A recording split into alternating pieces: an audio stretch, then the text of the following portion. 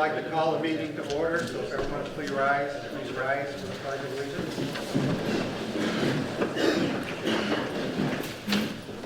I pledge allegiance to the flag of the United States of America and to the republic for which it stands, one nation, under God, indivisible, with liberty and justice for all. Thank you.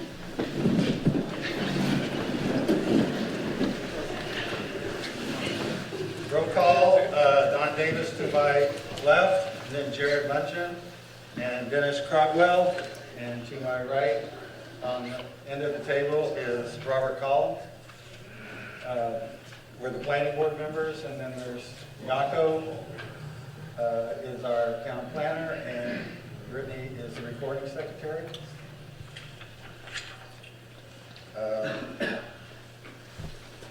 So now we'll do approval of the regular meeting minutes from last month.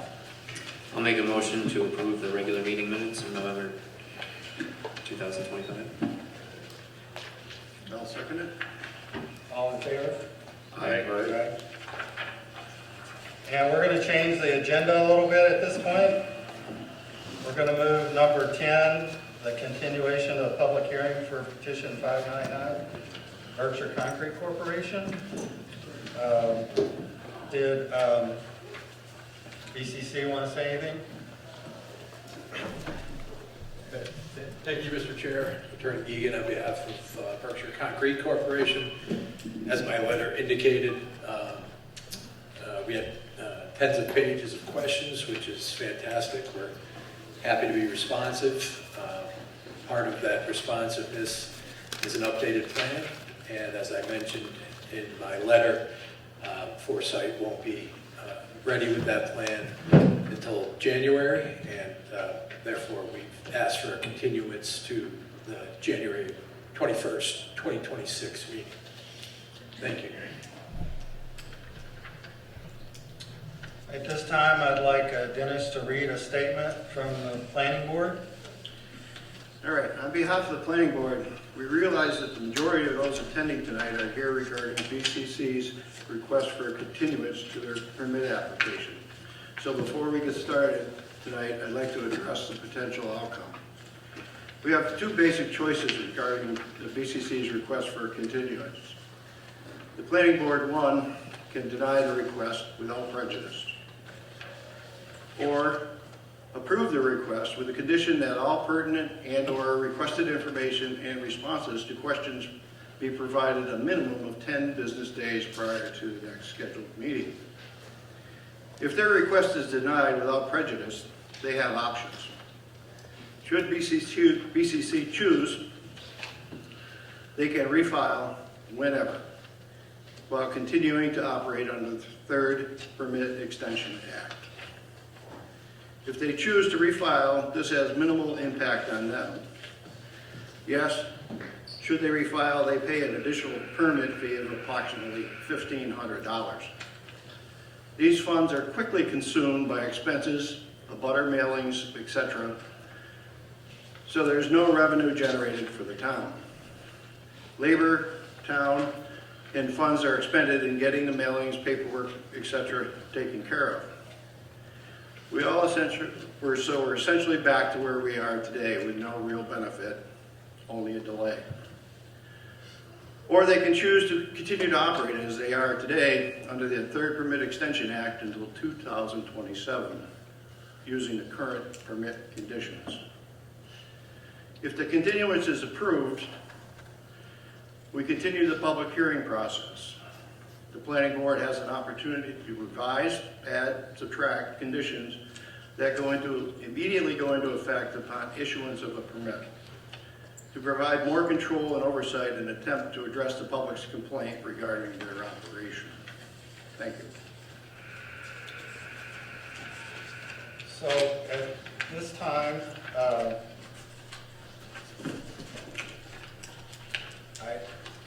if someone in the audience wants to make a comment about this option, you can speak now. And I think Yako has a letter from, correct, a couple letters regarding the permit extension. Well, yeah, their continuance request, you mean? Yes. Yeah, I have a couple letters regarding that. Those I'll let him read those first, and then if someone has a comment, they can speak up.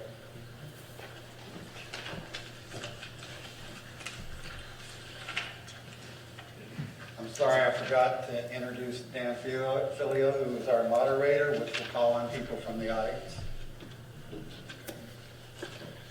So this is, sorry, I need to talk to the microphone. All right. So this is from the Clean Air Coalition on behalf of, what is it, Dave and Lisa Pugh on behalf of the Clean Air Coalition. As leaders of the Dalton Clean Air Coalition, we are writing to request that you deny Berkshire Concrete's request for continuance of the planning board hearing on December 17, 2025. Mr. Egan states that they need more lead time for Foresight Land Services to complete their work. This work should have been completed and submitted with their initial application on September 17th. Why would they need additional time? At the October Planning Board meeting, the board made it clear that the application was incomplete and discussed the materials that would be needed to make an informed decision. At the November public hearing, Berkshire Concrete still did not submit the required information and could not answer basic questions submitted from the board. Almost another month has now passed with no information has been submitted to the town, and no new information has been submitted to the town. Why would the town entertain a continuance when there has been no serious effort on part of Berkshire Concrete to submit a complete application? There's no compelling reason to allow this continuance. We're asking for a denial of this continuance request and the permit application. Berkshire Concrete needs time to compile the necessary documents, and they should have not applied for a permit if they were not ready. We feel the only course of action would be to deny the current permit applications and request that they begin the process again if they still wish to ask the town for a permit. Berkshire Concrete's disrespect towards the town and the time invested by various boards must be acknowledged. Otherwise, the town is allowing Berkshire Concrete to continue to dictate the narrative by setting the terms and timeline of this ongoing issue. Respectfully submitted, David and Lisa Pugh, 140 Raymond Drive. That's all I've got.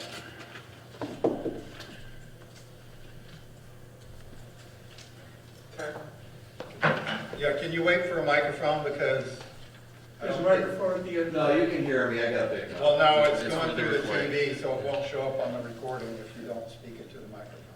There's one at either aisle. Come on, Ted. Okay, come over here. I just got it. Sorry, but I noticed on the video last time, there was some blank spots where people didn't use the microphone. You couldn't- Okay, that's all right. So your name and address? My name is Ted DePietro, 68 Daly Avenue, Dalton, Massachusetts. I just got a couple of questions. So what happens if we go through the formalities and then January comes and they don't have the information that you guys want to review? Then what happens? Another continuance for another 2-3 months? And then what happens when they come back and they still don't have the information that you guys need to handle? Now, you said 2027? So I don't know if you know what the Third Permit Extension Act is. I don't, but one question. So they go to the 27th year. What happens then? Can you shut them down? I don't know. Well, They have to come back for a renewal at that point. Right now, they can only operate on the 2 lots they had the permit for, listed on their application in November of 2024. are you sure that's all they're operating on? It appears to me that's all they're operating on. Did anybody go up and inspect it and make Yes, sure? I did with Building inspector? the building inspector. Brian? Brian, and at least one person from BCC was with us. Okay. I'm just wondering, I mean, Several times in this process. you know, what's the legal rights of the citizens here? What are our legal rights and the ones that are being infringed by the dust? I just read an article, an individual who worked in a stone company making countertops just died from silica lung cancer. Silica causes lung cancer. There's no doubt about it. Now, are they producing silica there or are they not? This is another thing we need to do? Another test or something, or? I don't know, to be honest with you. I know they're processing gravel there, so Are they processing stone? I'm not sure. I assume it's stone and they're crushing Then it. it's silica. Because I'm a tile guy, I know what it's made from.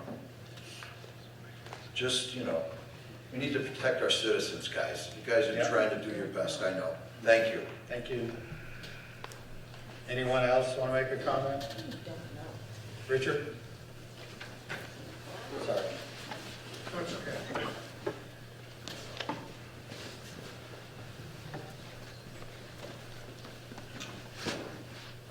So Richard Hall, 164 Green Ridge Drive. So I'm going to keep it short.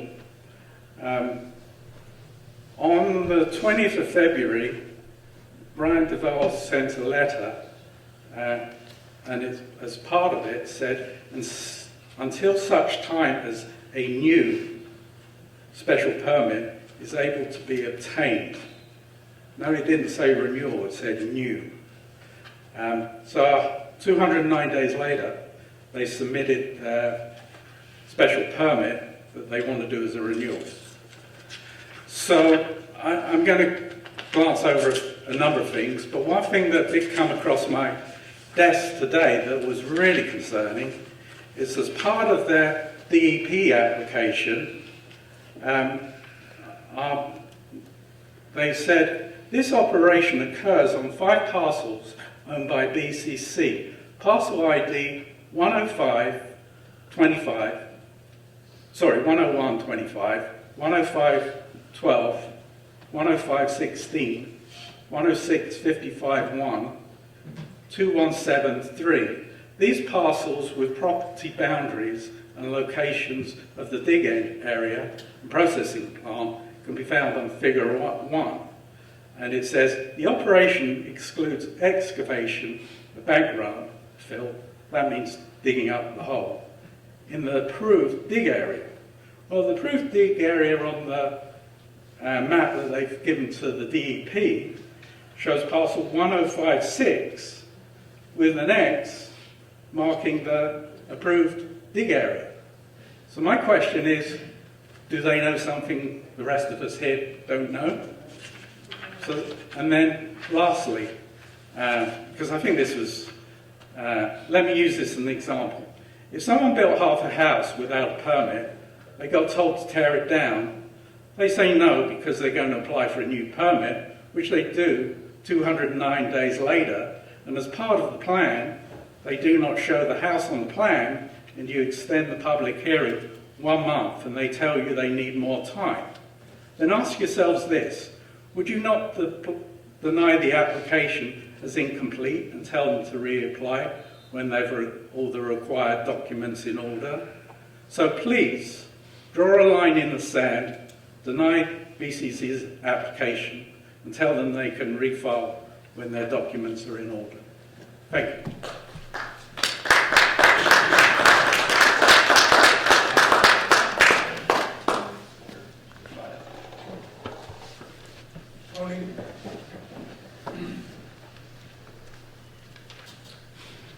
Yes, good evening, Tony Pagliarulo, Old Windsor Road. I have one question directed to Mr. Egan, and that is why are you not prepared?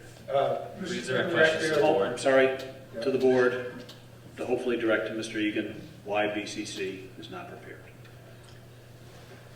Well, as they said in their letter, they couldn't get the drawings that they need that we requested from Foresight. But other materials should be prepared.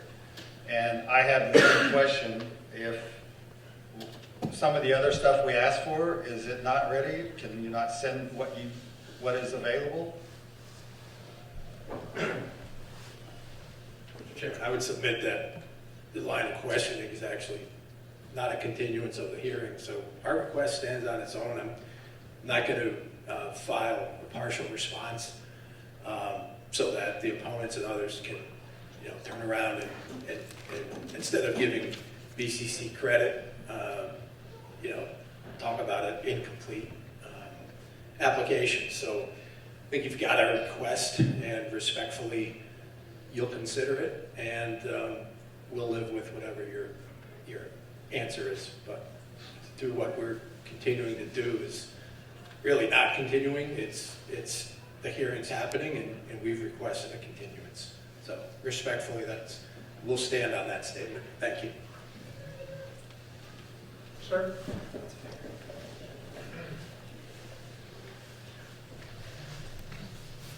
State your name and address, please. Stephen Lawrence, 163 Red Barn Road.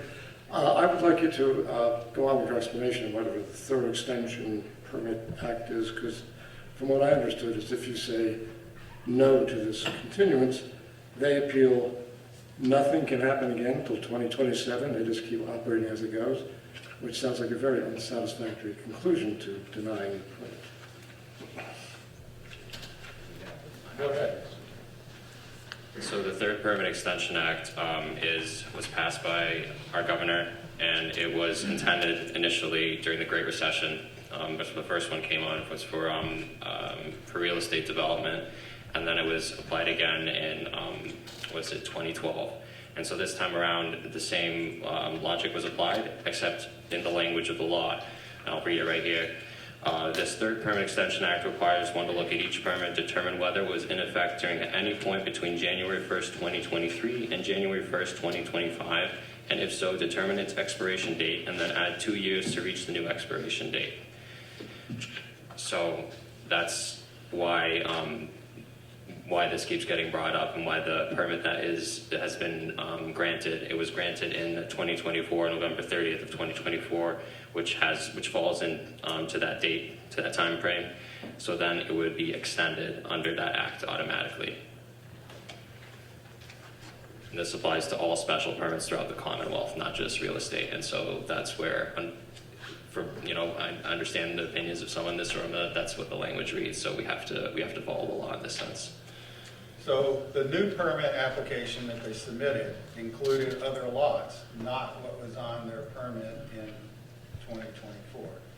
So if we continue this public hearing and give them the extension, then they can continue to produce information for us so we can do the public hearing, finish the public hearing once we get all the information.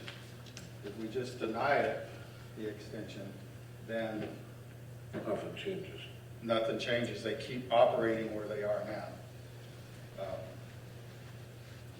So, Pete, raise your hand.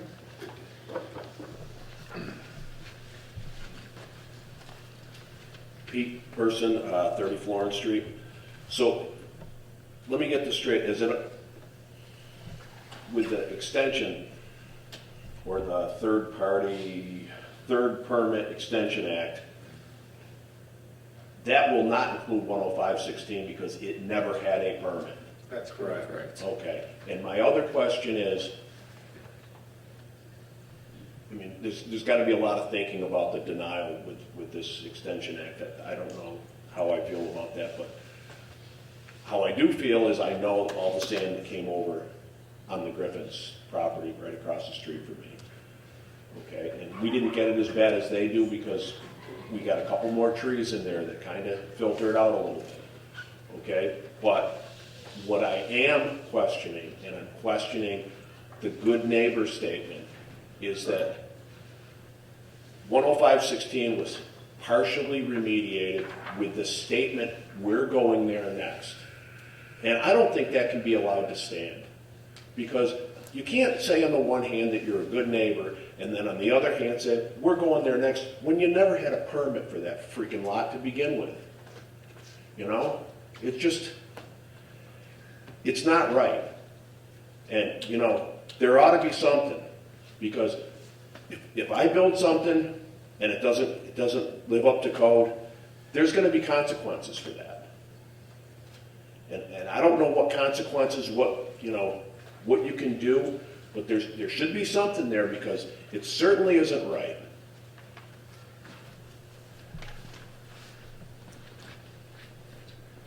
Dave Pugh had his hand up. Good evening, everyone, and thank you, Dennis. Thank you to the Planning Board. I sit on the Dalton Clean Air Committee with Dennis and other members and Tony. I think some of the words said already, especially those by Richard, really reflect how I'm feeling about this. And my understanding, to kind of put it all together, and please tell me if I'm wrong, the flashpoints for our neighborhood were really centered around, at least we feel currently with the data we have, were centered around the excavation work that was on a lot that wasn't given a formal permit, for which they were given a cease to desist about 209 days ago, using Richard's number. That's the flashpoint. That's the permit you should deny tonight. Because, to your point, Dennis, they've been processing over there all summer. Information I have is they've got plenty of material in Hinsdale and other sites that they're clearly hauling, and that's another topic within the Clean Air Committee, about 20 trucks an hour going down by the school in a zone that's got other problems potentially. But the continuance for the processing, completely fine with me. I mean, I do have at times when I've been out and about on my bike where I've witnessed huge plumes of sand and dust going up in the air from the processing area and floating over, and I've witnessed this myself, standing on the edge of 105/16. That sand, dust coming from the processing area going up over the trees. I've witnessed it myself, I've taken videos. So I do have concerns around the continuance, but as far as I'm concerned, the town of Dalton really has their hands tied there. But within our work with the Clean Air Committee and some of the work we're doing, there's much more oversight by the town and the DEP on the processing area. I strongly feel, to the points Rich made and to the letter my wife and I made for the Dalton Clean Air Committee, is the town needs to start being, and I think we have begun, controlling the narrative of what's happening in our town. That's a strong point that you can make tonight as the planning board. As Rich stated, and have you stated, their application is highly incomplete. Not a little, a lot. And, you know, the conditions for the permit, the requests and the information needed over the years has not really changed. They're not reacting to something new. Caleb Darby, 2014, signed off on a permit signed by Perry Patrica. Subsequent renewals signed. All the conditions are there. If you ask employees on the site what those conditions are, they don't know them. They've never seen them. So there's a lot of things, but I would say ultimately tonight, you deny the permit, you control the narrative. If they really want to excavate, if they really do, on 105/16 and going around the lake to the north for all the negative issues we've raised, they need to get their act together. They really need to put forth some work and submit a proper application to the town. I'm going to finish with this. Dennis, you're highly respected. We're not opponents. I don't see myself as an opponent. You refer to people against the permit as opponents. We're neighbors. We are concerned about our children, our families, our spouses, our property values. As a town, in the 209 days I've been on these committees, the town has invested over $50,000 in continual air monitors. That's a step in the right direction. We're collecting a lot of data.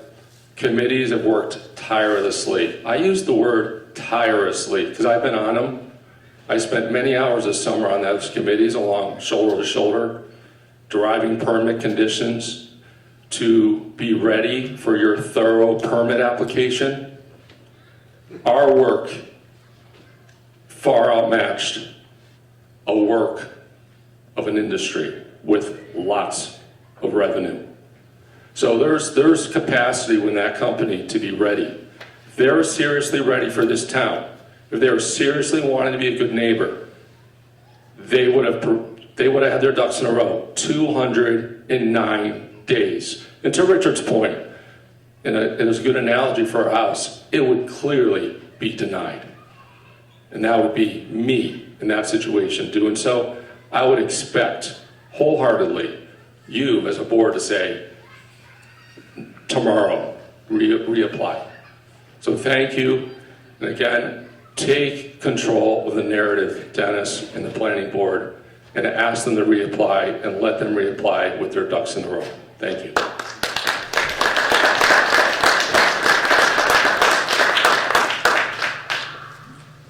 I allow Dave to keep going. Does anybody want to give that 3 minutes to allow what you have? Thank you. Mr. Griffin.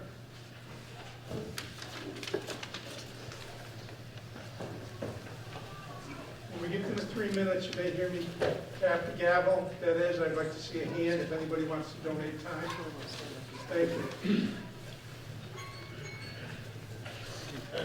What I would like to say actually deals with our history more than it does the future. That I'm going to leave up to you folks. But I'll tell you, on January 9th of 2025, that is, we're 2 weeks short of 1 year, when I approached the Board of Health, Agnes, about the sand that was covering our neighborhood. She did, I guess contrary to how a lot of people thought, she did yeoman work in an attempt to get this thing resolved. She immediately called the DEP. And on February 13th, there were two agents from the DEP who came to our house, walked the neighborhood, and they were shocked to see the condition that we were living in. A year ago, guys. It hasn't changed. When they're working the site, 10516, sand is in the neighborhood. State Rep. Leah Davis attended board meetings in February and was very active in her interest in trying to find a lab to get the sand tested. Shortly after that, she never came to another meeting.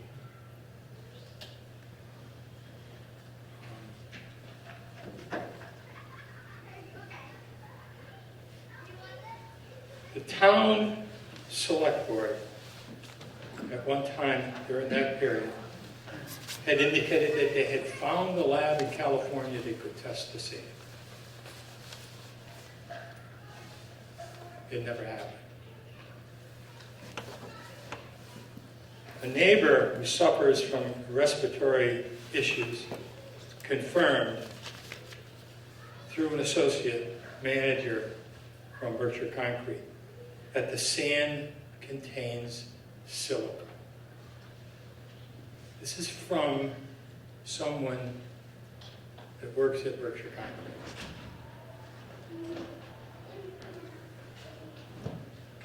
And it's just surprising that there's a lot of question and negativity about getting sand tested.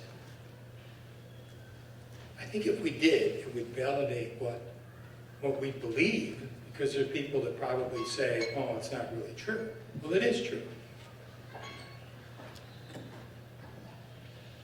We, as a neighborhood, believe that the sand contains silica. Construction sand used in making concrete is basically silica. Silica causes respiratory issues, lung cancer, kidney disease, and is especially harmful to the elderly and to the children of our community who are being subjected to this.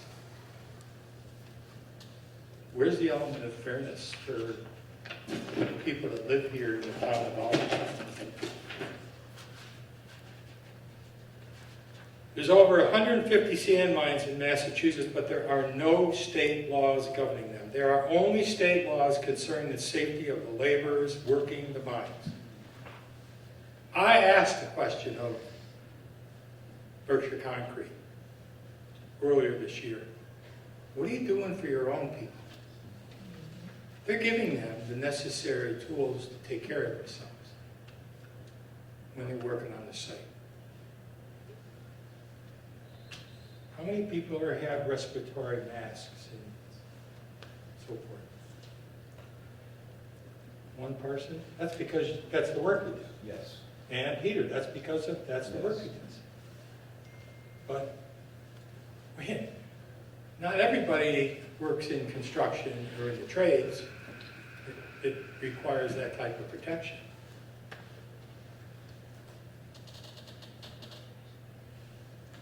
Have the Dalton earth remover bylaws worked so far to protect the residents? I'll answer that question. No.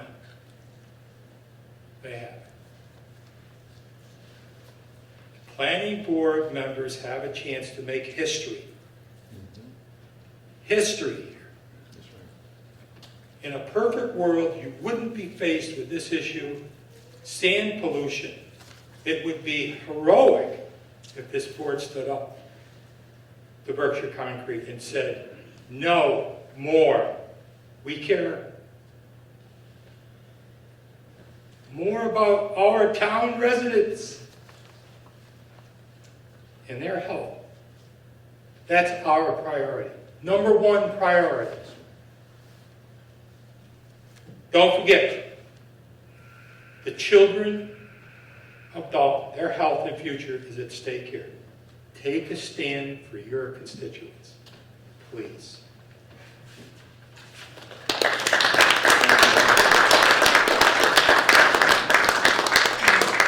Mr. Chairman, so you know, I've got about 10 minutes of extra time. People have volunteered. Okay? David, you've already spoken. Lynn? Dan, could I have some extra if there's nobody left to speak? I'm thanking you. Okay. I have some issues of the Berkshire Eagle that was printed in April of 17, Sorry about that. 2025. You already have one. I only have 5, so you're going to have to share.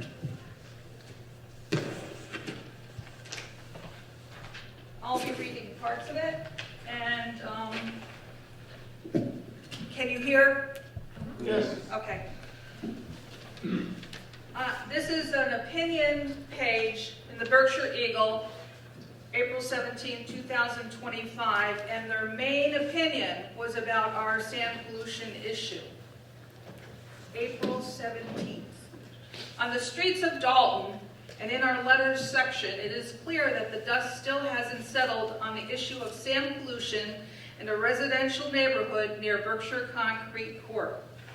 Dozens of residents in the area of Florence and Prospect Streets say that sand generated by the business's operations is regularly swept up by the wind and strewn across their properties. We have more to go on than just the word of these disgruntled residents.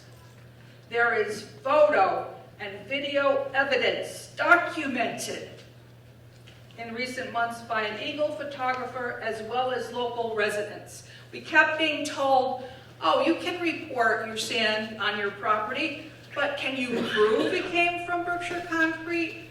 Documented, proof, evidence. Also, from the minutes of a Board of Health meeting in March 12, 2025, our agent Agnes Wachowski said she made a site visit to 30 Prospect Street and took witness to the dust coming from Berkshire Concrete onto the property at 30 Prospect Street. According to reports from the Eagles archives, the neighborhood's residents have raised this concern on and off for decades. However, some say the situation has worsened in recent months after Berkshire Concrete Corp. Moved mining operations closer to nearby residences and removed trees that previously blocked wind-strewn particles. At a Board of Health meeting, I think it was the very first one, February 12th, 2025, a Berkshire Concrete rep said, The sand was probably coming from all the traffic going by my house. 10 cars go by my house. And then he also said that the trees that were cut down by the neighbors for firewood.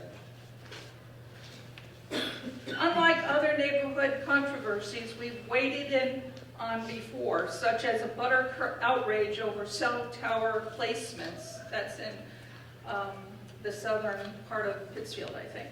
This issue is eminently measurable and indisputably germane to public health. The piles of sand observable by the naked eye on some Dalton residents' yards and patios is clearly detectable.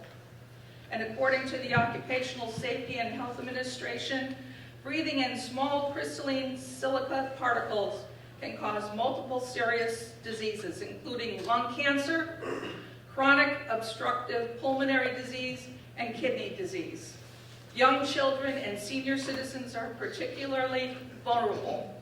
But regardless of occupants, none of these nearby households deserve to have their safety gambled over an environmental element that is adjustable but out of control. Here's a poster. I don't know if you people have seen this. This was taken on March 9th, 2025 at 30 Prospect Street. This is brown sand from the storm, the windstorm that blew from March 7th through 8th. There are 3 children living in that house. Show it to him. Show him. Show him. What? Show him. Oh, show Laurel, him. you're out of order. Sorry. Okay. 3 children live in that house. Sometimes in the summertime, they can't even go outside of their house. They are breathing in this sand. And it's not the sand that you can see here, it's the fine, small sand that stays in the air for weeks. This is outrageous, it's criminal.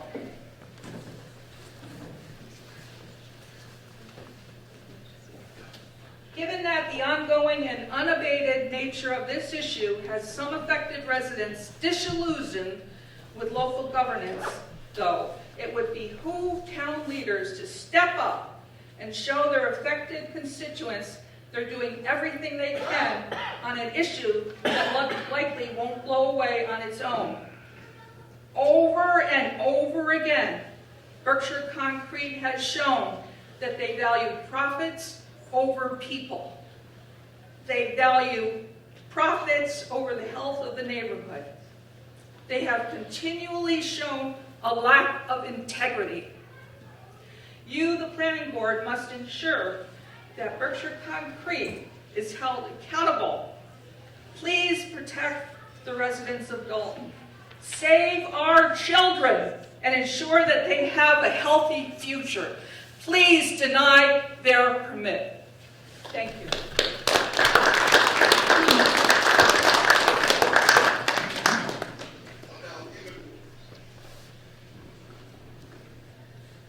Anyone else? Show of hands. Dave?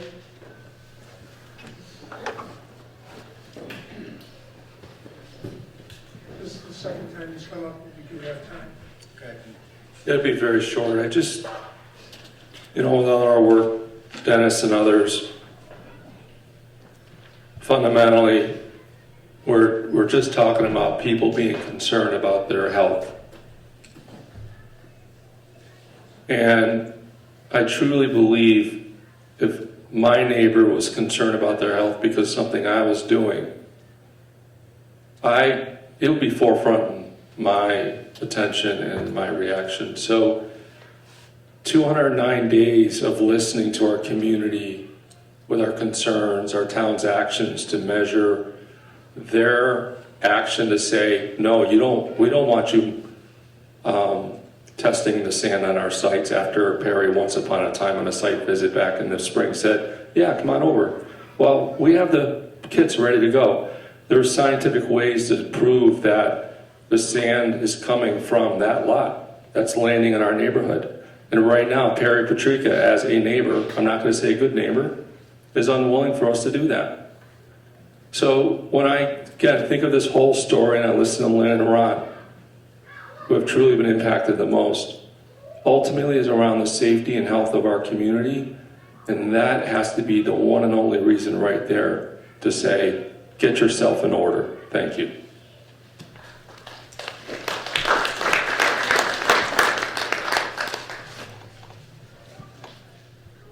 Anyone else want to make a comment? Please raise your hand. Mr. Chairman, I see no one else asking to make a comment. Okay, unless any of the board members have questions for DCC's lawyer that's here, I'll ask for a motion to deny the permit extension or the public hearing extension to January, or Through the chair, could you make a motion with the stipulations on it? In the motion, just that the next time they come before us, if they could make sure they have all the questions answered. Okay, let's try that. I want to make a motion to continue the permit, but I definitely want to make sure that all information is done. I don't see any need to deny it and restart it over. I want to finish it. Your motion is to continue the public hearing contingent on them providing the information requested by 10 work days prior, business days prior to the next meeting. Yes. Could you please repeat that? The motion. The motion is to continue the public hearing to the January meeting with the provision that they provide the documents needed 10 business days prior to the meeting date.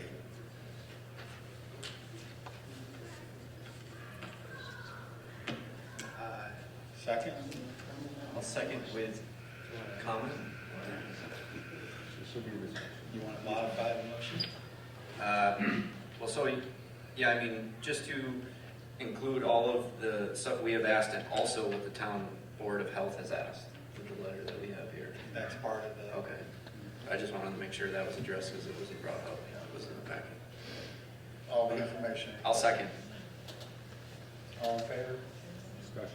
Discussion? You want to discuss it? That's what I wanted. Okay. Okay. So,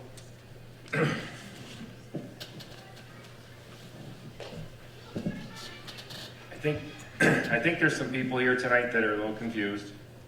No disrespect. Many of you want us to deny this continuance. I've seen many of you in town talk to me. I hear you.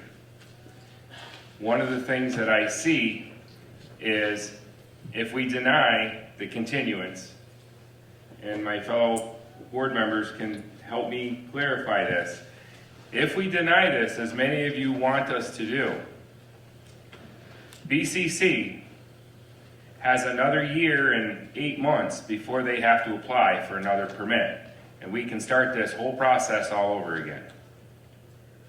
We can, so for the next year and 8 months, until we need to see in 2027, we go down the road, they use the current permit that they have right now without law 10516 on it. They won't go, can't go there, and they will continue doing their operation, their day-to-day operation, like nothing has changed.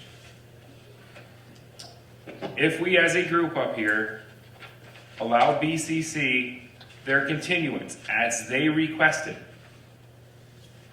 having to have the data and the work we need and all the requested paperwork in our town hall 10 days before the next meeting on the 21st, then that puts them in a hot seat. That makes them have to basically get it done, or then there is a bigger ramification.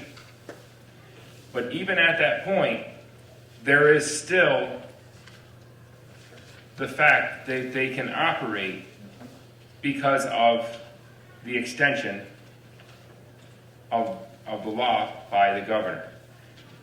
What I am, as a planning board member, I would like to grant BCC their extension, with the understanding that they're the ones that requested it, they're the ones putting themselves in the hot seat, knowing that they didn't have to put themselves through this, because they could continue operating under that current permit. Is that my understanding of the whole story? Okay.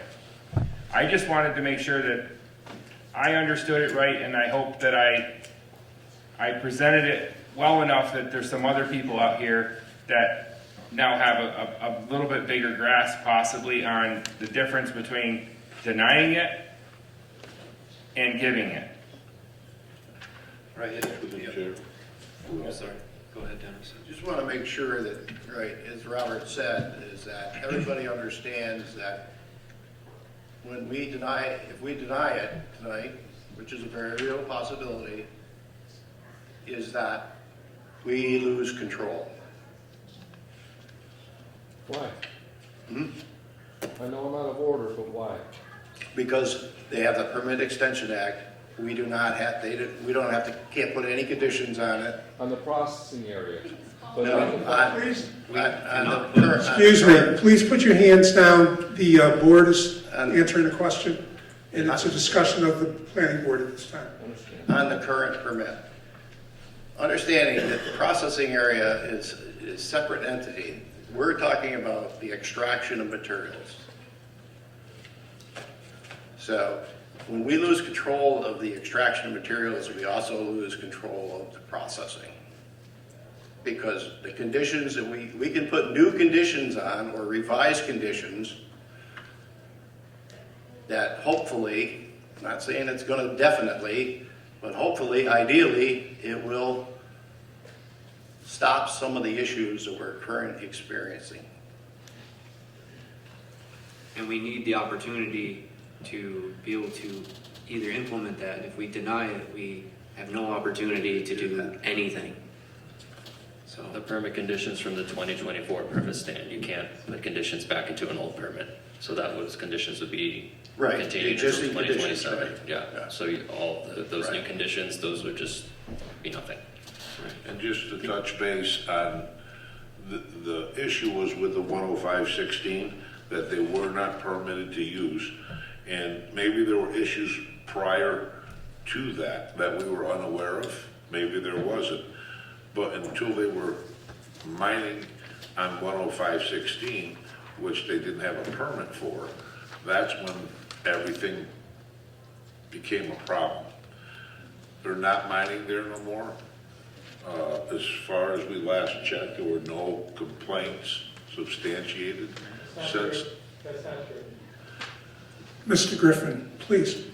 So there were no complaints substantiated since they stopped and partially, as far as to us. And if we just turn them down, they can still go to work. If we keep this going, it's a faster way to get permits and conditions in that I think everybody could live with. Chairman, Chairman McCain, this is before the planning board with a motion made and seconded. Right. Do you want to take questions from the audience at this time on it? No, it's a discussion between the planning board members on the motion. Yes, sir. Thank you. Any other comments? I just feel that for our board, that as a group, we need to make sure that we're all, see what road everybody has their own opinion up here, but I want to make it very clear for us and for the audience that there's two roads for us to take. And I believe one's a harder road for us to grab. I believe the road, we have two roads to take. One helps keep us with the ability to put more useful and adamant conditions on the permit, and the other one gives us a year and 8 months to figure out what we would like to add to their permit.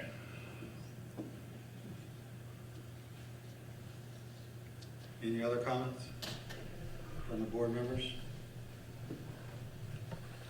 I'll call a vote on the motion to continue the public hearing contingent on them providing the required materials by the boards in Dalton by 10 working days prior to the January meeting. All in favor? Aye. Aye. Aye. All right, that closes that. The public hearing will be continued to, what was it, January 21st? At which time we hope we have the information requested from BCC. I do want to let everyone know that there is a meeting of the Zoning Board of Appeals on January 6th to determine if BCC needs to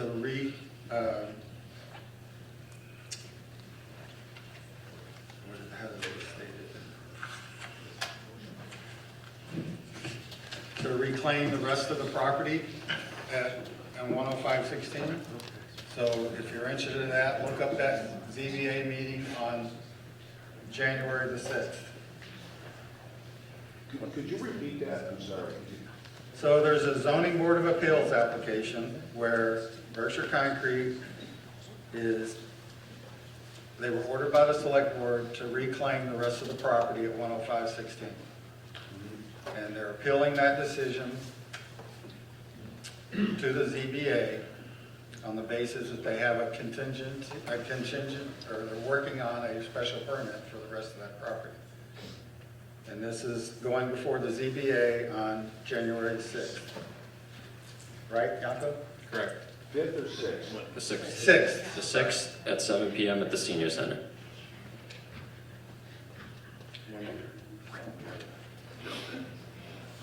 And kind of the same bent is that we had requested a determination of applicability for the BCC property, the entire property. That came back that it is definitely under the jurisdiction of the Conservation Commission, so a notice of intent will have to be applied, will have to be submitted to do any work there.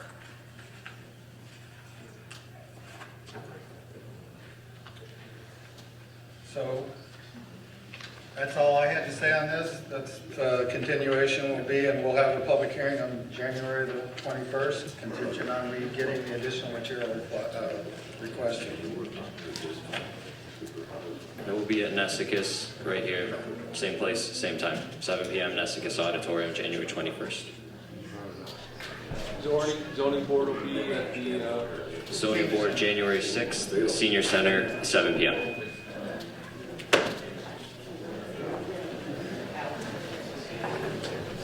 Okay, thank you. Feel free to send a statement if you want. Yeah, put it in the story. No, ultimately, yeah, I'll do that. I'll do that.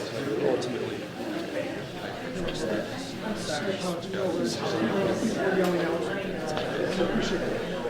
So we're going to continue the meeting. You can take your conversations out to the hallway. That would be great. We have quite a few other items to continue. Appreciate you.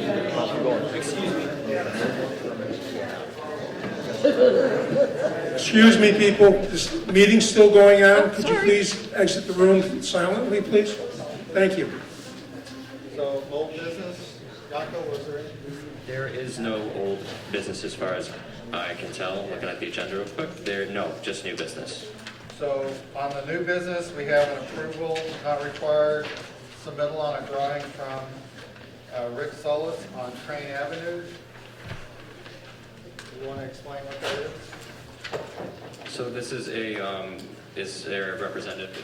Hi.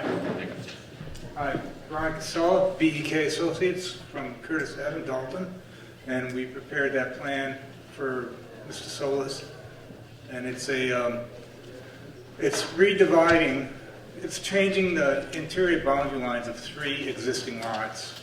The lots are in existence today. Mr. Solis wanted to change the size of one of the homes being built, and we needed to adjust the interior lines so that we can meet the zoning requirements. Each lot contains sufficient area, sufficient frontage, and sufficient width as a buildable lot under the current zoning bylaws in Dalton. And we ask that you endorse this as an approval, not required plan. Are there any questions from the board? Will I entertain a motion to approve it as submitted? I'll make a motion to approve the survey and subdivision as submitted. I'll second. All in favor? Aye. Aye. Thank you. I just You gotta need pass these back, that. right, Yako? Yeah, I Yeah. have them all signed and back, so do you need a copy as well? Or- Yeah, you can Mylar? give me a copy, or I just need the Mylar. Just need the Are you Mylar. signing it tonight, or do you want Yeah, me to we'll come sign pick it it right up? now. I got the pens right here. Okay, Yeah. I'll wait. Thank you. You want us to sign these, Fran? Yes, please. Please sign them.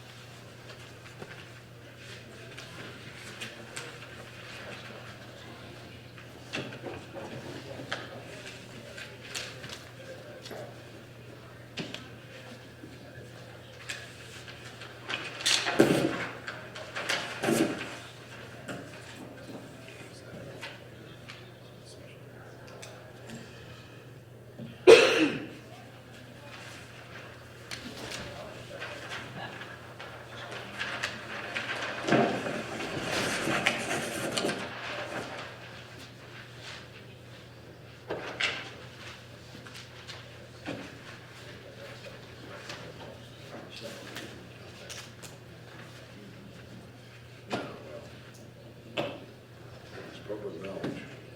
Right. They might not know.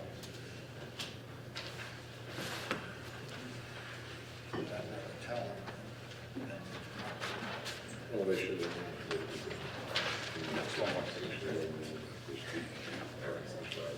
I had, September. Thank you for your patience, everyone.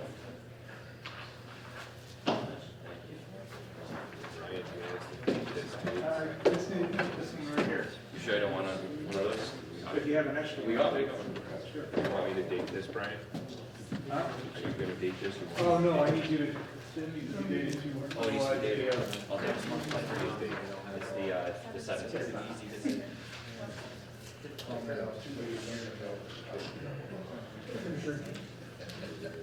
hi, Amy. Hi. So you're up next. So I think Yanko's got something to queue up on the screen. I do if you'd like, Amy. I wasn't sure, but you said you wanted it projected? I think we might want to. Yep. Okay. Take a break. I'll put them up there so everyone.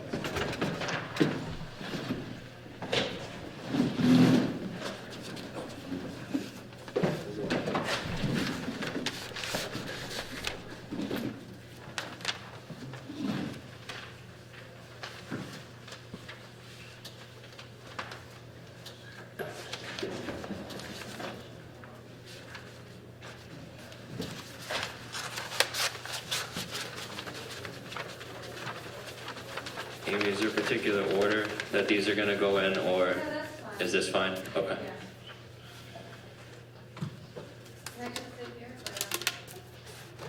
Gotta go to a mic. Yeah, the microphone. Are we waiting for? Yeah, just one more signature, and then we'll wrap this up.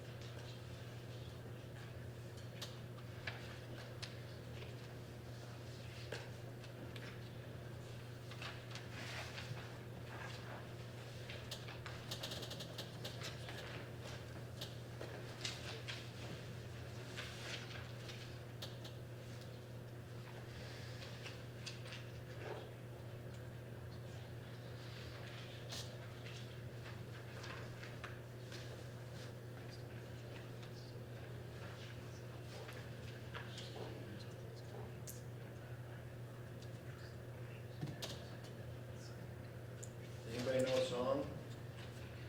Christmas song. Could all sing Christmas Carol. There you go. Thanks, Eric. There he goes. Nobody knows the trouble I've seen.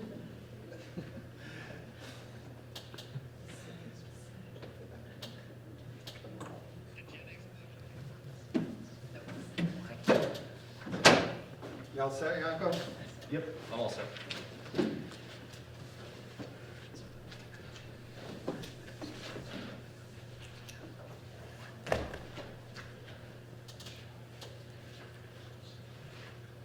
All right, now we'll go to a discussion of mobile tiny house bylaw. And you want to go to Mikey? Sure.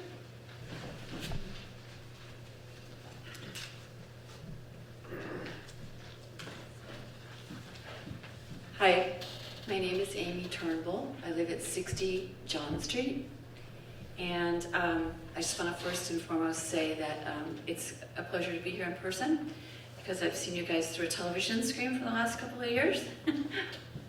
I'm listed on the agenda tonight as new business, but for the record, this has been a very long effort, almost 2 years, I think, in February when Dan Fitzpatrick first gave his presentation. To begin, I would like to reintroduce myself because I do it for the sake of the media mostly, but I know you guys know me. I am a director with the American Tiny House Association.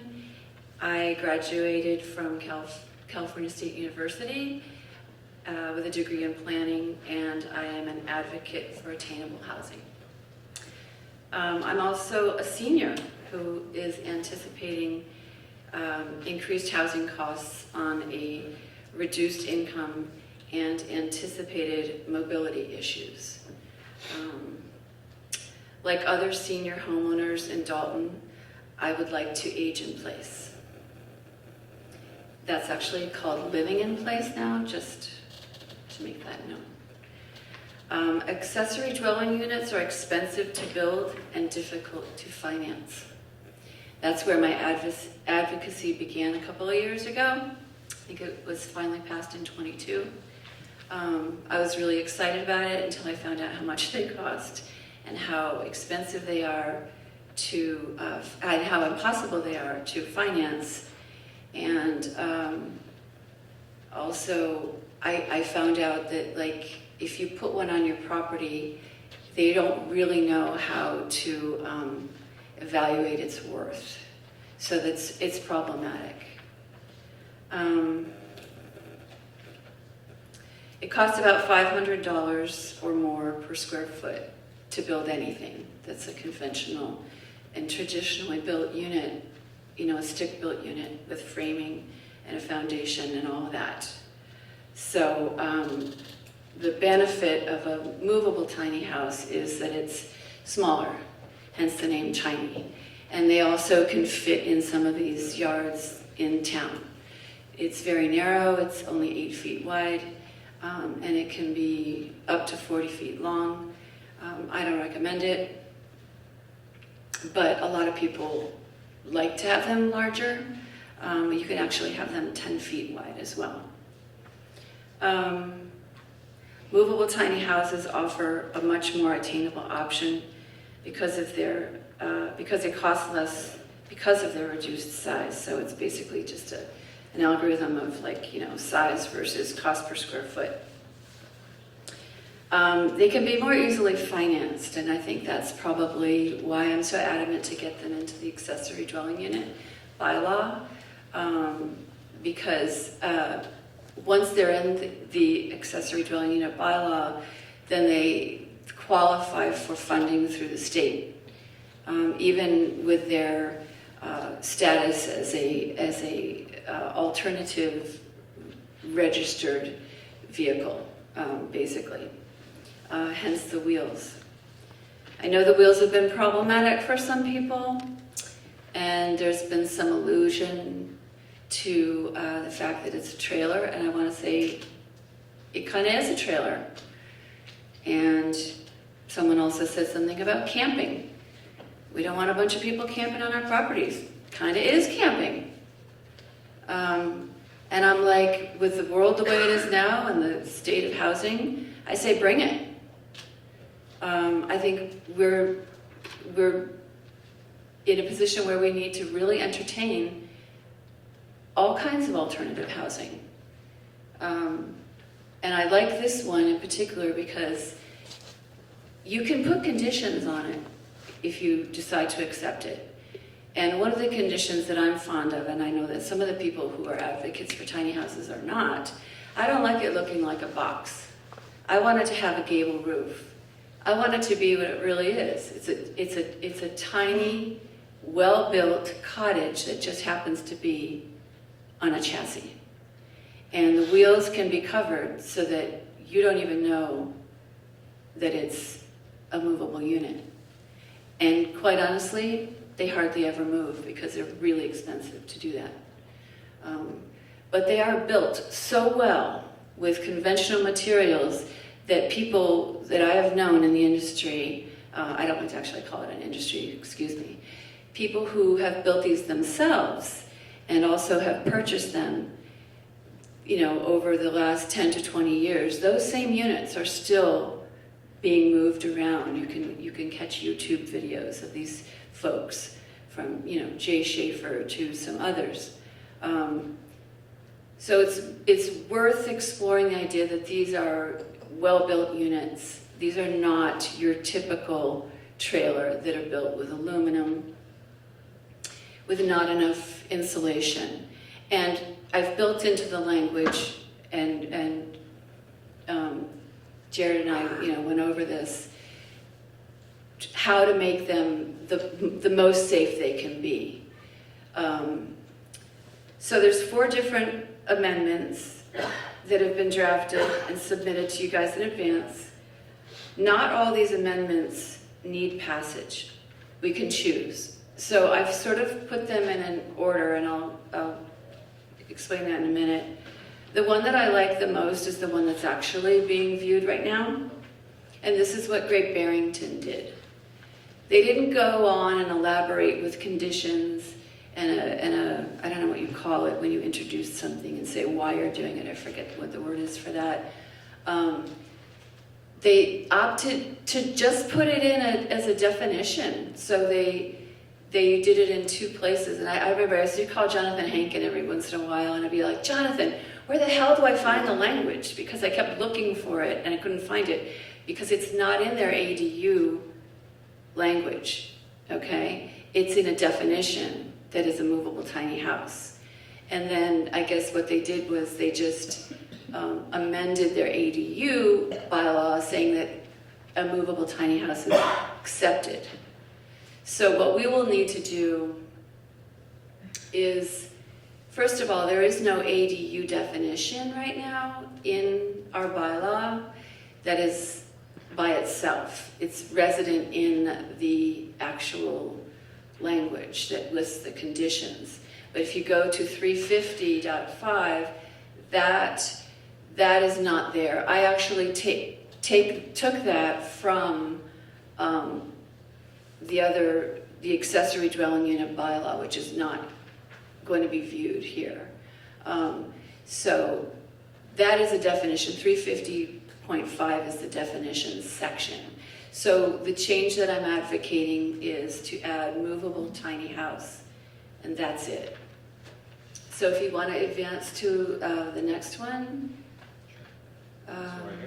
or a next one. Okay, so, thank you for that. No, you can pick okay. the order, just let me know. Yeah, so this is the movable accessory dwelling unit, yeah. Okay, so there's that one. So basically, if you look at this, the only difference between this and the definition on the next page is that this one is in the format of what you guys are used to, where it has purposes. There's that word I was looking for. And then it goes and lists out in an itemized fashion what all those conditions are. Or you can just lump that all into a definition and call it a day. Can we go to the movable tiny house thing? Yeah. So can you make this any bigger? And you can leave out the bottom part of it. That's Great Barrington's. And I just want to let you know that the American Tiny House Association actually was the first one to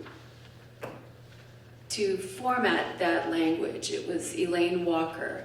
And this was, oh my God, this goes back to like 2000 something. And she started this nonprofit, and she wrote that boilerplate language, and we use it today. I took it to Los Angeles with my team, and it's written almost exactly the same. It's in all kinds of other places, and it doesn't really deviate that much.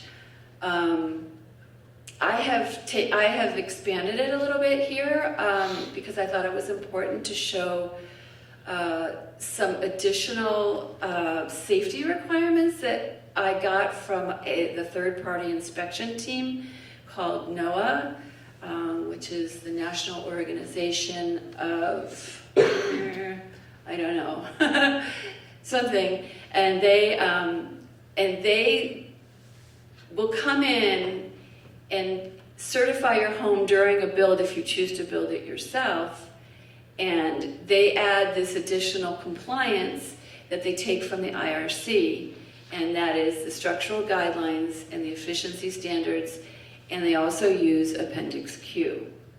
So Appendix Q is huge because Appendix Q, you could actually build a house on your property on a foundation.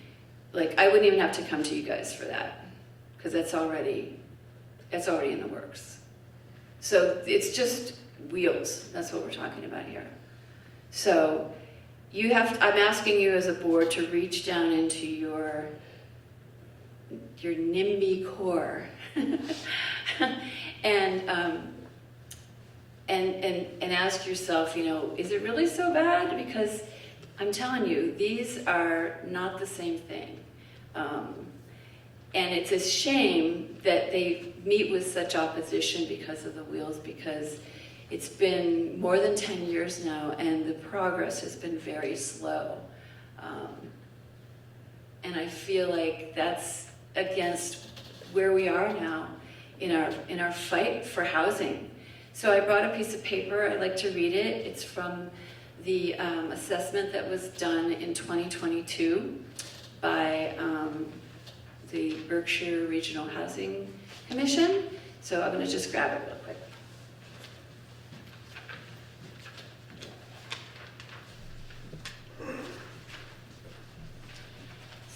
This is by the Berkshire Regional Planning Commission. Yeah, so this was an assessment that I came by when I went to the Democratic Committee meeting recently.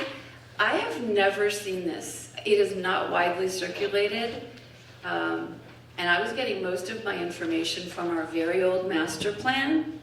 But this was eye-opening to me because it's just so spot on and it's pretty recent. So what it says, this is from August 17, 2022, and I took this from the chapter on, I guess it was page 42, I don't know what chapter that is, but I'm just going to read it. It's short, it's not that long. In Dalton, a little over a quarter of the total population are senior citizens aged 65 and over. This number is projected to increase to approximately a third of the total population in 10 years. That means by 2035, a third of the people who are homeowners in Dalton, living in like 3-bedroom homes, are going to be in trouble, basically. I'll read on. The vast majority of this cohort are homeowners, which I just said, and a common trend seen throughout Berkshire County is seniors who want to age in place, but due to physical limitations, cannot maintain their homes, so they're forced to relocate. Most homes in Dalton are 3 bedrooms, which is beyond the needs of most seniors, and I might add, they have stairs, okay, and lots of them. This is my problem right now with my house. And there are no current rental options available for seniors who may want to relocate to a smaller, more manageable home. The financial burdens of home ownership have risen, denying such owners the likely ability to have financial security, especially if a senior has limited income based primarily on Social Security. This is exactly my situation right now, and I think I'm not alone.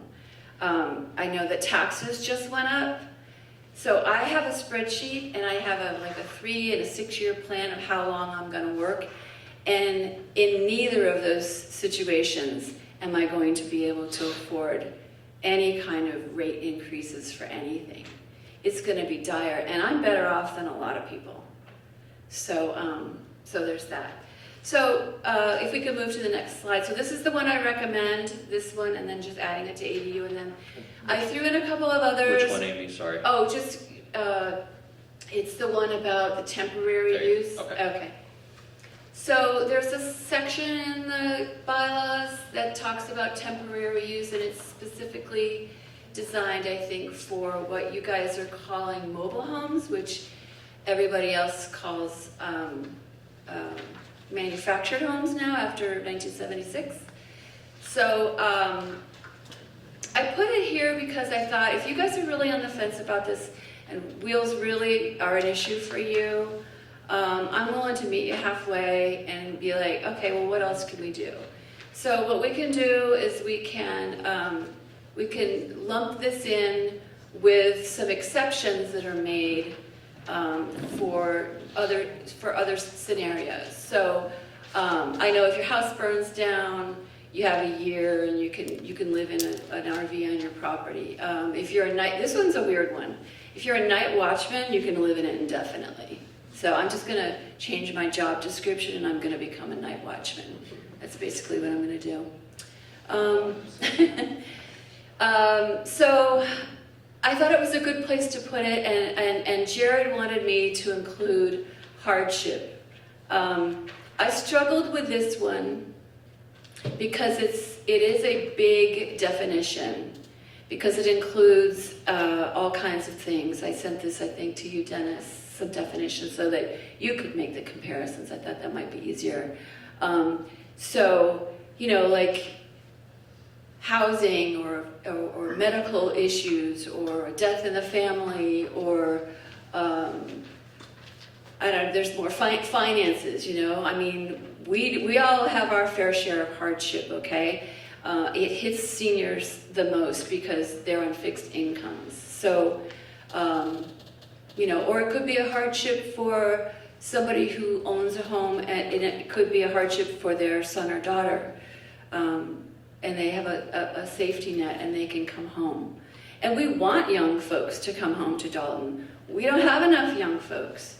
So honestly, tiny houses, it's a good thing. Young people like them. They're small, they're cheap, and if they had to move them because of a job, they can. What does this mean for Dalton? Dalton likes to put taxes on stuff. The way I look at taxes, it's a disincentive for alternative housing. So if you want to bring people to Dalton, you got to give something up, okay? So I would say let it be taxes, because these things are registered through the RMV and they pay an annual tax. That's it. You put one of these on your property, you know, maybe you could make a condition that if you rent it out long-term, you know, for a certain amount of money, like according to fair market rents, or AMI percentage, you know, maybe you need to qualify it, I don't know. So that's the nutshell of it. I think that was all I had to say. And my hope is that, like I said, you can get over the whole wheeled part and the trailer and the camping feedback that you're going to get on this, because I get it. Change is hard, you know. I mean, especially people who already own homes, they're terrified that people are going to come in and their property values are going to go down.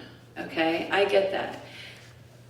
But Great Barrington has had this for several years now, and exactly none have been made.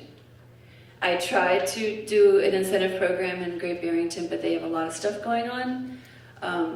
So that could happen. Like nobody, or maybe me, maybe I'm the only one who's ever going to build one of these. But here's what's going to happen if I am able to build one of these, or I buy one that's already made and I put it up on my property. I'm going to let everybody know regionally how it's done. And I'm going to show how viable it is. I'm going to move into it, I'm going to rent out my duplex, and I'm going to make money. And I'm going to provide 2 additional units to someone while I live in this unit.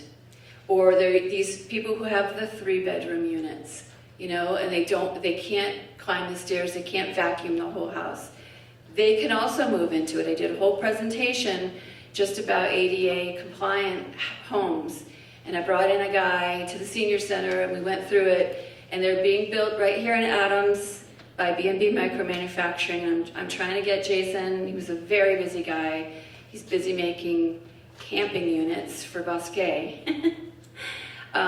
He's going to come eventually, okay? Because I'm hoping that he's going to come, if it comes to that, to the public meeting where like the public is here and everyone's asking, their NIMBY questions. So he's done this as a business. It's viable. It can become more viable if more towns accept it. And I think I covered everything. I thought when he delivered those houses they were taken off the trailer and put on the ground. It can be. Yeah, you can totally do that. You can. It's expensive though to do because you have to put a foundation in. You can also do things like. I know how windy it gets here. I was shocked when I moved here about how windy it is in Massachusetts. So you can do tie downs, or you can do something called push piers. I think they're called, where these long rods that go into the ground and you put them, at designated places along the house. So that's an issue, and you could call that a foundation.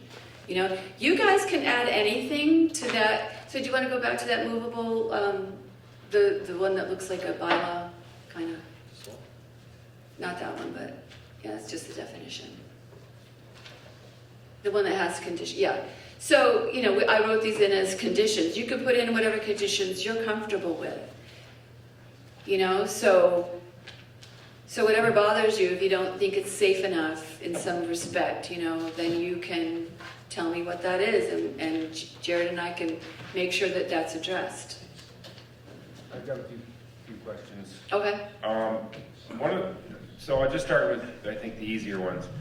So one of the big things that I see a problem with a mobile tiny unit is the fact that the water department in our town have been asked on how this would be handled.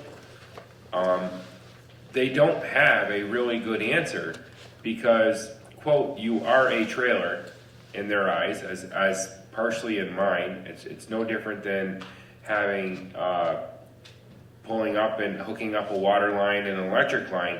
The problem is you can say that you'll be diligent in having a heated water hose line that goes to your trailer and all that, but what about if you go away and these lines freeze? That freezing can back up into the main lines of the town's water line and cause catastrophic problems. Right. And because the lines, buried 4 feet in, they come up. That's a major problem that I see for a year-round tiny house. In my mind, I could see a tiny house being used possibly from April 20th to October 15th. But then they have to be disconnected and winterized or moved south. Well, I think it's interesting that you bring that up because both Prospect Lake and Bosquet are accepting these same units. They're built by B&B. Okay. Year-round. So why is it that they're safe and they're not worried about water lines for them, but you guys are worried about it? Well, I'm worried about it in the big picture for our town. There has to be a plan for how are we going to handle the water line situation. So how are you going to handle it for ADUs, which are already by right? Most of those are in ground. This is going to, you can insist on it being in ground. But it's a permanent structure, so those lines go into an ADU 4 feet in the ground and then come up inside the unit. Yeah. So you'd have a tap, I think is what it's called.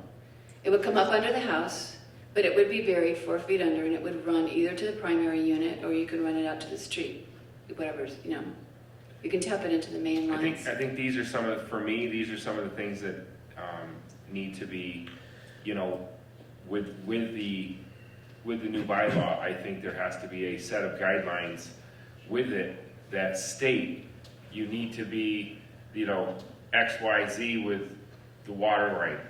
Well, it says it right in this. It says that if you, I think it's in the definition, where it says it needs to be hooked up to an acceptable, I think it's in, that one. A movable tiny house is a transportable structure built in a chassis designed for year-round living when served by an approved energy and water source and wastewater system. But I think that approval for that system needs to be part of this. Yeah, So absolutely. there's no, we pass the law, and then what you think may be acceptable may not be acceptable to Oh, our. I completely agree, because I would never run like a hose like some people do. Even those heated hoses, I've Right. done some due diligence on that. Yeah. Ooh, that's some scary stuff. Yeah. Yeah, So so no, I get it. So then you could have a whole section. So what a lot of towns do when they have movable tiny houses, they have a separate guidelines section Okay. that's available, and they have criteria with boxes to check. Did you see if you're in the right zone? Do you have 10-foot setbacks? Did you talk to the Board of Health and about how you're going to hook it up, and this is how you have to hook it up. Yeah. So yeah, I'm willing to work on that with you. Okay. And then another question is, I have the same question for the electrical side of this. Are these houses being independently having their own meter, where you plug in like a trailer park, or you go to a campground and you plug into your unit? So each one would have their own meter. So, I actually have a picture of this that I sent to you, Yanko. I kind of anticipated that I might have this. Is that brochure? No, it's actually a drawn picture it's in one of the emails that I sent you. Oh, okay. And it's in that email that says things to put on the website. So this will be a good picture, I think, to look at in this case. And then my last question is sort of two-part with taxes. You say it's a revenue builder for the town, but with wheels on it, the state of Massachusetts is getting the registration fees and is getting the road taxes on that particular trailer, where the town of Dalton would be getting the excise. Maybe not, minimal. I mean, I have trailers of all sorts of sizes, and I have trucks, big trucks and little trucks. There hasn't been, and I haven't seen anybody, and I asked Lee, our town assessor, how would you assess these? There's not a good way that one can assess these, or they've been given guidance to Well, I assess think these. that's not a problem if we don't pay any tax to the town at all. And I would say to you, again, it's the incentive. Let's bring people to Dalton. Let's bring young people to Dalton. This isn't like a new thing in the world. I didn't say it is, but these are all questions that if it's supposed to be a good thing for the town, there also should be a tax base that helps the town. Why? Why? Sure. So if you insist on that and you're adamant that you must have it, like infrastructure, like if you're like, oh, it's gonna impact our infrastructure, Sure it is. then you can do the thing that no one does anymore because it's just so passé. But you could do an impact fee. But people don't do those anymore because they're disincentives. So why spend all the time to make a bylaw and bring people in and make housing just to have all these conditions on it that make it impenetrable? And if I may, just to add this one point. That's it. If I may, the kind of how we did this prior, we approved our ADU bylaw, and then shortly thereafter, the state of Massachusetts passed their own. We have to deal with that and accept that, right? You must be aware that the state is also still in the works, and it could come up behind us again. But it's still there, it exists, it's a bill in the process that's gone through much higher boards than what we are in the whole state of Massachusetts, and it's like kind of primed and ready for the state to approve movable tiny homes. Like a lot of our literature in here is primarily kind of derived from a lot of what they already are going to give to us when they approve it. So I'm just kind of waiting for that. All that language that goes around and around, I wrote a lot of it. Yeah. I was on a work task force to do a couple of those bills, and as bills go, they get submitted and then they don't get approved, and then you submit them again, and it continues. But I'm telling you, this whole affordable housing, it's a problem. And we got it in our master plan. It's right here, So the goals in the master plan said we need a variety of housing, and we need it for seniors, and we need it like yesterday.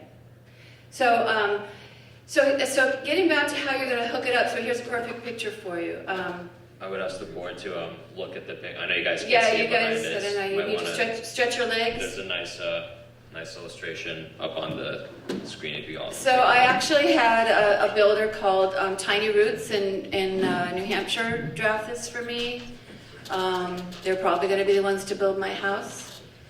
So you'll notice right away it's got a gable roof and it's got some architectural detail. Of course it's open so that you can see what's under it, but basically that would all be covered up probably by a deck. That's the best way to do it. And you'll notice, and I guess you won't notice because you're not looking at it, so I'll explain it.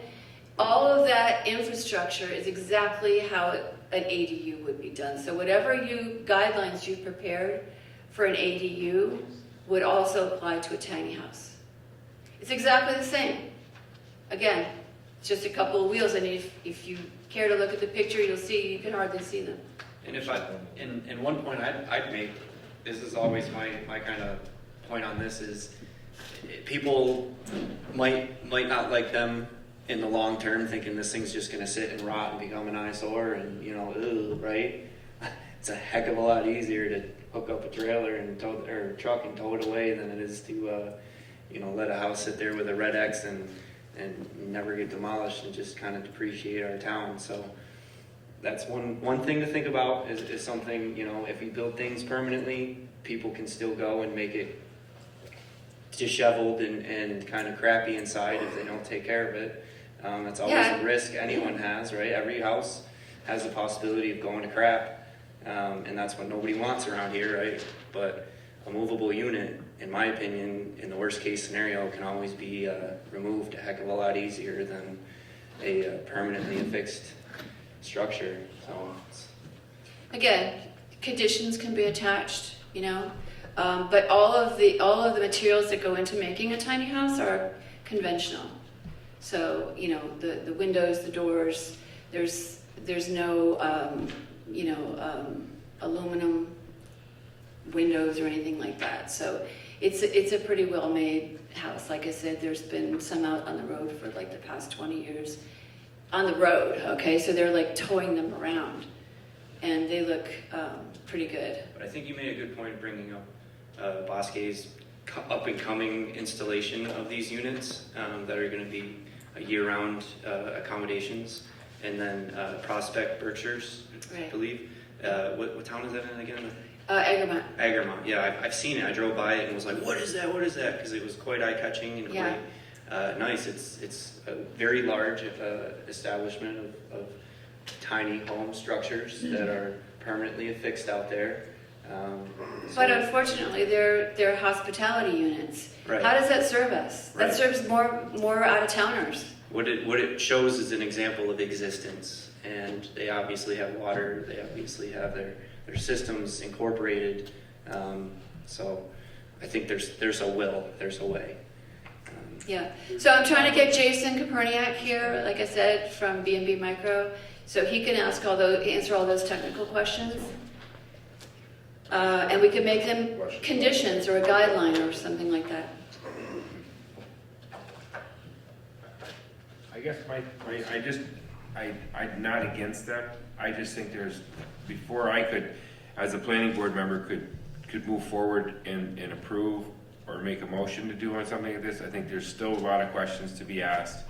I believe that some of these units that were put on a three-house lot, or a three-bedroom house lot with 2 baths, you add a second unit, septic fields may have to be, increased. Oh, absolutely. If you're on, I mean, there's so many moving parts to this, and I disagree. the same thing They're is exactly the same as ADUs, so I think you're complicating it. I'm not, because an ADU stands alone on its own, That's exactly what this is going to be doing. but it doesn't. They tie. The only difference is the foundation. So you're arguing about infrastructure, but that's a non-starter. But both of them need infrastructure, and Absolutely. your mobile tiny home needs the same infrastructure that needs to pay taxes and needs to pay for their water usage. Listen, and- if I have to give up, if I have to like have an impact fee, let's do it. Robert? Yes. The difference between the ADU and a tiny home. The ADU is on a foundation built by Massachusetts codes. The movable tiny house is a registration that can't be taxed because it's not a permanent structure. Correct. And it doesn't have to follow under building codes. So that's the difference. The questions that you're asking, we've asked for a couple I of years. disagree. It follows building codes for infrastructure on the outside of the house. That is still the purview of the inspector. So the inside is done, it's the outside. Is there a code, Massachusetts code for tiny homes? Or? There's Appendix Q. Pardon? Appendix Q Movable tiny homes? on a foundation, On a foundation, correct. which they fall under, right, now we just explained the difference. Right. The ANSI standard is just like a recreational RV, so it means that they're building to standards of public safety, electrical, Right. plumbing, whatnot. Where we've had the hurdle, I think, with is trying to reach out to our health inspector, water department, sewer Building department. inspector. Well, not so much the building inspector, because we can leave him out, but it was about the essential utility tie-ins. Because sewer's a pretty big problem, water's a big problem. The electricity could be done by an outlet on the house to the Again, tiny house. you're talking infrastructure. Excuse me, can I just finish trying to explain to him, because we keep going around, I'm trying to answer his questions, which we've been over with. But that was the difference between them. An ADU is taxed in there, and a movable one is no different than a recreational vehicle, a motorhome, which I have. It might be interesting to ask what Prospect Lake and Bosque are doing. What is the city doing? Maybe we can look to them and see what they're doing. But I don't want to backtrack. It's been 2 years. It's ridiculous how long you guys have sat on this. It's unacceptable in a housing crisis to go so long. So to come in and say you don't know how to tax it and that's going to hold things up and we have to start over, unacceptable. Let's solve it. Let's figure it out. You want to tax it? Put an impact fee on it. If you think that, we can get one of these guys to finally show up at a meeting from one of these, services, ask them, what do you think we should do? What are they doing for ADUs? They have their own service. They end up with their own service. That is the difference. That is going to be there. It is going to be. So if I do it from my property, Yep. I'm going to run it to my primary if I can. Okay, I got an 1895 house, so we'll see. Okay. I don't know if I got clay pipes or what I got there, but that's the lower cost way to do it. Okay, or I could run it to the street, and it's the same thing. But if you're worried about taxes or infrastructure, I'm thinking that you're thinking it's going to cost the town some money. It's going to, because if you circumvent the process of having a standalone service, your sewer and your water, then those services from your tiny unit will go into the same exiting system that the city or the town has for the waste I get it. water. So therefore, the increase of the flow coming out of your tiny trailer has an expense to the taxpayer in Dalton. I get it. But if you don't have a way to tax that or have a fee on that, your single unit house is paying for the fee, which has already been calculated because you're based on 3 rooms and 2 baths. Well, now you have 4 rooms and 3 baths. Okay, what about this? What about you set aside a certain amount of time where it can be movable, maybe 180 days, and you don't tax it. And then you put in the infrastructure, and then you tax it. Because now that you put in the infrastructure, I mean, looking at that picture, which no one is still looking at, you can see that's pretty attached. For sure. That looks pretty, it's gonna be there for a while. Yep. And that looks like, why not just put a concrete pad underneath it and call it an ADU? Because it costs a lot of money, and some people might want to move it. And it's a lot cheaper than an ADU. You can't get someone to come in and build you a house for 200 square feet. It's just not a good model for them. A business is not going to do that, because you know how I know? I've asked, I've tried. Maybe you could bring in a modular or a kit or something like that. And speaking to what Jared was saying, that's could be happening at the state level already. Their definition of a modular is so close. The only thing that separates it, again, is the foundation. And that's paying lip service to local antiquated zoning laws, in my opinion. I don't think that building a structure 200 square feet is legal. I think the ADU is 400 to 900 square feet is the minimum.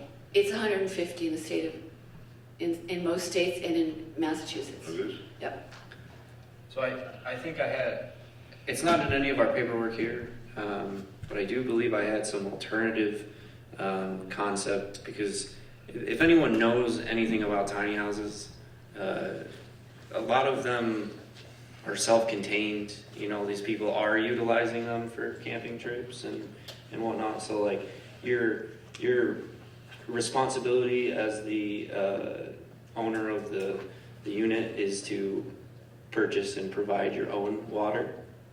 So maybe these units in particular, since they're not going to be ADUs, maybe our conditions can be they don't get hooked up to any sort of town infrastructure whatsoever, and have to purchase their water from a water company, whether it's bottled water or having a truck drive up and fill their reservoir. Yep, he has his hand up. We'll call right on that here in just a minute. Nope, he's not just stretching. He would like to make a comment. Most tiny homes that I've ever seen have self-contained waste systems, and they do not require plumbing as like plumbing it into a sewer. They actually have much better systems with composting systems, and incinerating systems actually are kind of top notch. If you already have a propane system, which is your gas, so your hot water, your cooking is all hooked into a propane tank that you're either going to a store to regularly purchase and refill your propane tanks. It's on the owner, and the town doesn't have to do anything. You're never going to have a frozen water line into the town, because this person living in this unit is completely isolated. In my opinion, is how these should be. I kind of steered away from that in the language here, but I am very willing to go forward with some conditions that are more along the line that these things are 100% self-contained, and they would be very few in abundance. They're not going to pop up like weeds. They will probably be a very rare endangered species in our town. However, they are still they will still play a critical role. They might not be a keystone species, right? If I'm going to start using my biology terms here, they're not a keystone species. However, they will be an essential part of the ecosystem of our town. Fully self-contained could be the real key to this, if this could help solve some of these really big issues. We got a comment from the audience? Sure. Can you go to the microphone? I'm sorry. So it won't be recorded if you don't hear it. Understood.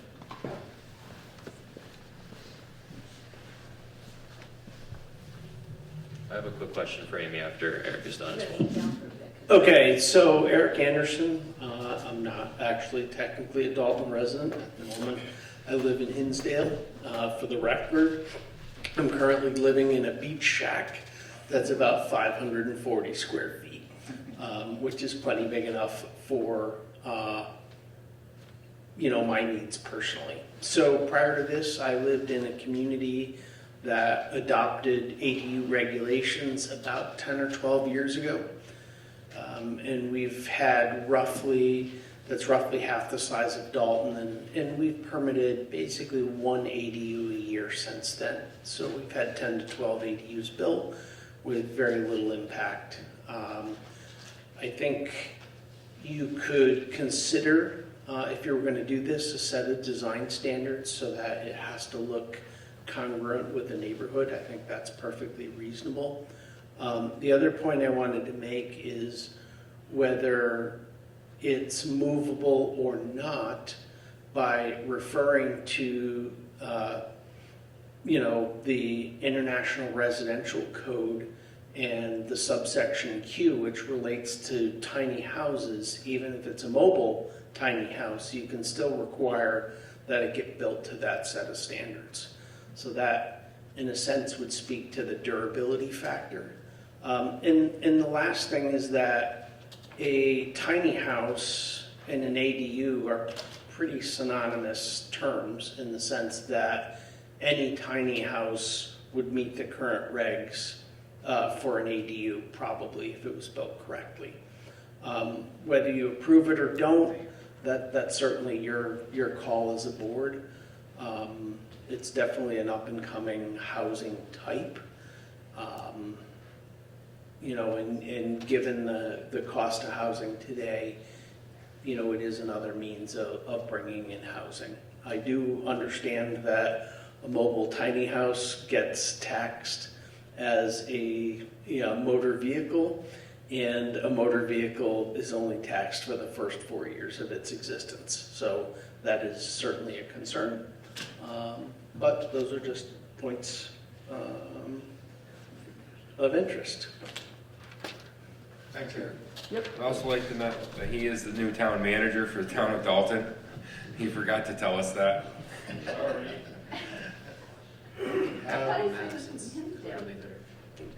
So, I think Zach, can I ask Amy a question real quick? Yeah, go ahead.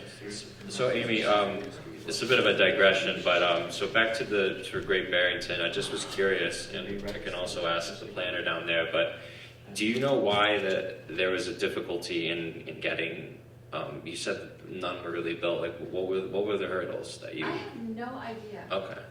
Yeah, it's strange because I go on their community board and I ask, and there's plenty of interest, and I've actually called people because honestly, if this doesn't work out, I might just go put one on someone's property down there and rent out my units. So yeah, they're and then I tried to do, through the affordable housing over there, I tried to do an incentive project, but they deferred to ADUs. Mm-hmm. They actually have $150,000 to give to 2 people, which is ridiculous. Because the way that I put it was, it should go like 50,000 as infrastructure cost, for several people to do it. But honestly, it's becoming so popular now, the whole ADU thing, since Healy got involved in it. There's money all over the place that's going to be coming up at all kinds of changes. And it includes tiny houses, but they haven't yet narrowed it down. It's like an elusive term that floats through Healy's language or the EOHLC language. But I expect that it's going to happen soon. I would just speak to the board and say, do you guys want to be neighborhood defenders, or do you want to be champions? Why not get ahead on this? Why not show your constituents how committed you are to affordable housing, especially in 10 years, a third of your town is not going to be working. They live in old 3-bedroom homes with stairs. They need another choice. Are you there for them? I guess, my follow-up to that is, so that's something I'd like to kind of look into, is what are those hurdles? Because you said there's a lot of interest. I've been down to Great Barrington myself and seen it, and I've seen opportunity for set housing and houses that actually are approaching almost a tiny house. And there's just, it's interesting that hasn't come up and more. Yeah, so the other thing that I would say, and I don't know if this is really gonna work or not, because I need an ADU designation, but there's something called a pilot program, okay? I don't know if you know. Payment in lieu of taxes. No, it's you actually make an exception to build maybe 10 movable tiny houses. And this might be a compromise. If you're not sure about it, you could say, okay, we don't really know what these are, we don't know how we're gonna tax them, but we think it might work, but we don't really make a commitment. Let's let 10 or 5 people do these and see what happens. And you set a time limit on it, you know, a lot of towns do that. You could go mind on grabbing the and see mic? a lot of information about that. Grab the microphone. Sorry. Just Oh, for the sorry. record. Yeah, it's all right. So, Welcome to sit down. I think we should call this, it's getting pretty late. Yep.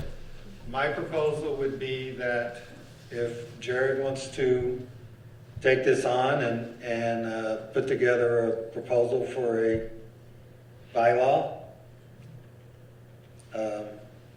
We have one. Okay. We have 4 of Yeah, them. so we can hold a public hearing on it.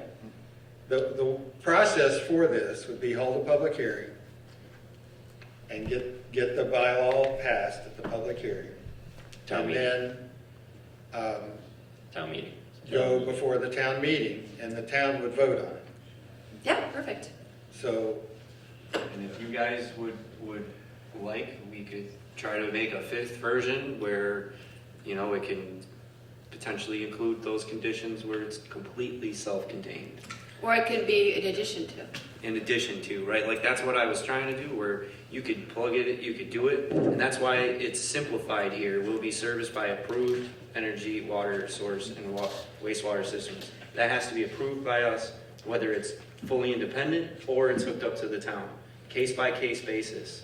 When that special permit gets filed, like this ordeal that we're dealing with in other cases here, a special permit comes before us.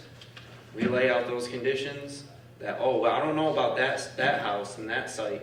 Maybe that one needs to be fully self-contained. Or, oh, maybe this house is a brand new build and has like 10 acres of land and can go on a septic and drill their own well. Well, maybe that's their option. Right? Well, you just said special permit. It doesn't have to be a special permit. It could be by right. Could be, but and if we need to put these guidelines, we might need to just have that extra step. Well, there's always, you know, guidelines. Yeah.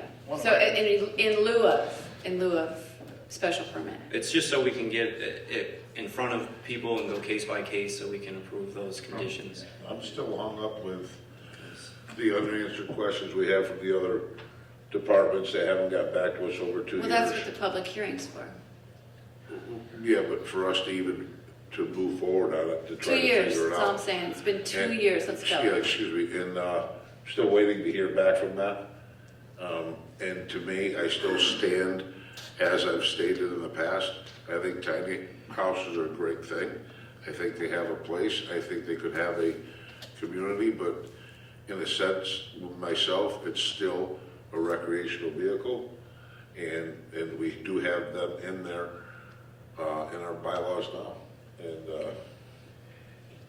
So you're not a man of the town. You're using your personal opinions about this. Chair, I'd like to put a motion to table this. That's what you do every single time. No, It's this been is- 2 years. This is the first time I'm doing it. No, you've done it And many a motion times. to table. One of my concerns, Amy, is that on lot sizes, particular lot sizes. Now, you're fortunate in your place of residence that you have enough space. I think that there's a lot of lots in town that don't really have enough space to put another 400 square foot structure. Dalton is huge. Dalton is huge, and I'm saying there are some. Yeah. Yeah. You just need a driveway and you can get it, it's 8 feet wide. Well, we need to, those things need to be clarified. You know, there's a lot of. Okay, but at this level, do they need to be clarified? Can we clarify this at a public hearing? So we have a motion on the floor. Can I have, anybody want to second it? I'll second that so we can move on. You guys really, you're, it's so archaic. All in favor? All right. All right. I'm done. Not me. No.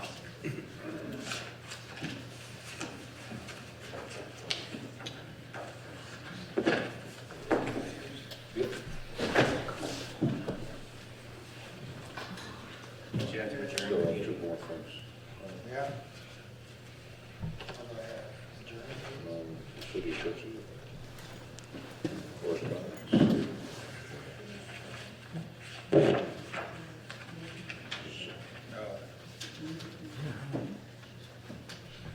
Do you have correspondence?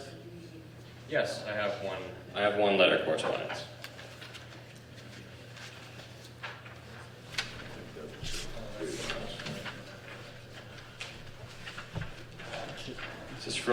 It's a notice of decision from the City of Pittsfield for Blue Chair Properties, LLC, on December 2nd. It's a petition, premises of 101 and 102 Dan Fox Drive in Pittsfield, Massachusetts, 01201. This is referring to the above petition, requesting special permits under Article 23, Section 8.3, 7.814, and 7.815 to allow the alteration of a pre-existing non-conforming ski resort to include year-round camping facilities. After a public hearing given Wednesday, November 19th, the Board of Appeals voted to authorize the building inspector to issue a permit to Blue Chair Properties for the proposed work subject to the following conditions.